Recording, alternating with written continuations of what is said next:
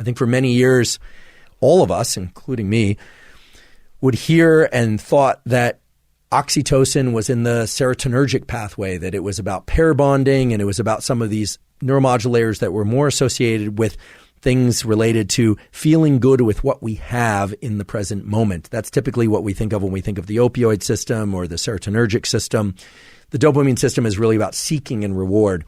But in a paper published in 2017 in the journal Science, excellent journal, the paper is titled Gating of Social Reward by Oxytocin, in the ventral tegmental area. You now know what the ventral tegmental area, it's that area of the mesolimbic pathway. What this paper essentially showed is that oxytocin, social connection, and pair bonding itself triggers dopamine release.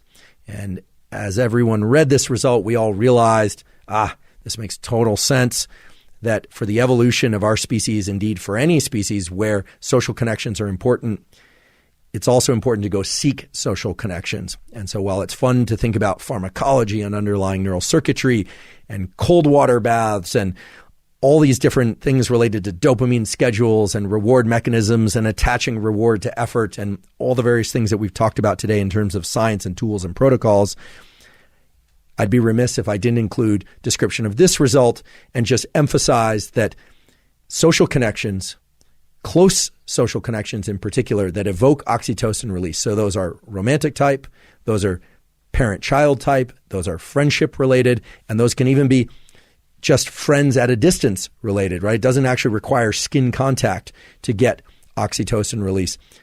But oxytocin release is central to stimulating the dopamine pathways. So the take-home message there is quite simple. Engage in, pursue quality, healthy social interactions. I know I've covered a lot of material today. I've really tried hard to focus on things that lie directly within the dopamine pathway and circuitries, as well as things that directly stimulate those pathways and circuitries. What I haven't talked about are all the things that indirectly serve the dopamine pathways.